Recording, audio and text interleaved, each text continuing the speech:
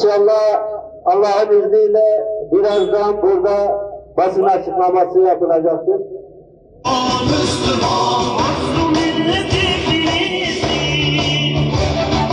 Zeynep çöküşü Yasin, şifakada mezgin. Bayramın ilk gününde yapılan vahşi saldırıda Hamas liderlerinden İsmail Haniye'nin 3 oğlu ve 3 çocuk yaştaki torunları hedef seçilerek şehit edilmiştir.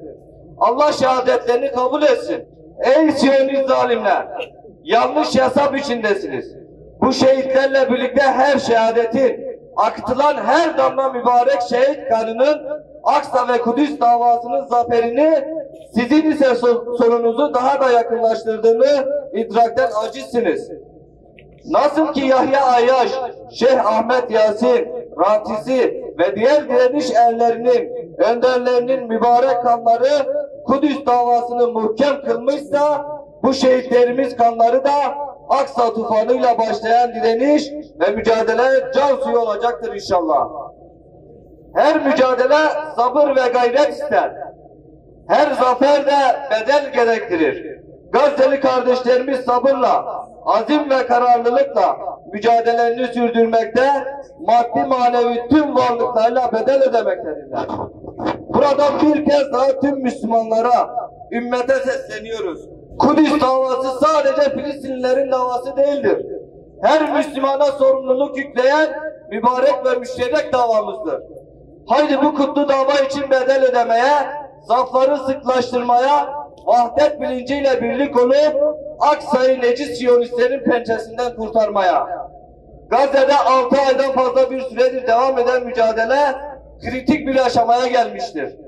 Siyonistler katliam, soykırım ve işgal planlarını gerçekleştirmek için başta Amerika olmak üzere ortakları ve işbirlikçileriyle birlikte Gazze'deki direnişi boğmak, başta Hamas olmak üzere tüm direniş gruplarını tasfiye edip yok etmek ve sonrasında da Gazze'yi tümüyle kalıcı olarak işgal etmeyi planlamaktadırlar.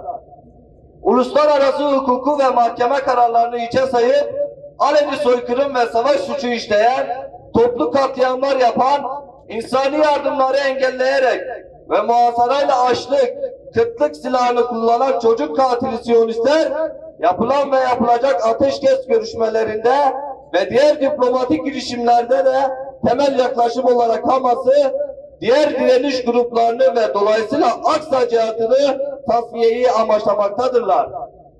Buna karşı teyakkuz halinde bilinçle hareket edilmelidir. Gerek mücadele alanında, gerekse diplomasi ve müzakerelerde Gazze'li mücahitler yalnız bırakılmamalı ve desteklenmelidirler. Gün, vahdet ve birlik halinde Gazze'yle dayanışma, mazlum kardeşlerimize destek ve yardıma koşma günüdür. Yerel, ulusal ve uluslararası tüm imkanlar seferber edilmelidir. Bu yolda atılacak her adım değerlidir. Hükümetin terör devletine ticareti kısıtlayan kararı geç alınmış bir karar olmakla birlikte olumlu bir gelişmedir. Ancak bu kararın etkili şekilde uygulanması takip edilmeli ve daha etkili tedbirler ve kararlar da alınmalıdır. Unutmayalım ki Gazze hepimizin imtihanıdır. Bu bilinç ve şuurla hareket edip Kudüs, Gazze ve mazlum kardeşlerimiz azat olana dek bu meseleyi sürekli olarak der ve gündem edilme temennisiyle bayramınızı tekrardan tebrik eder. Hepinizi Allah'ın selamıyla selamlıyorum.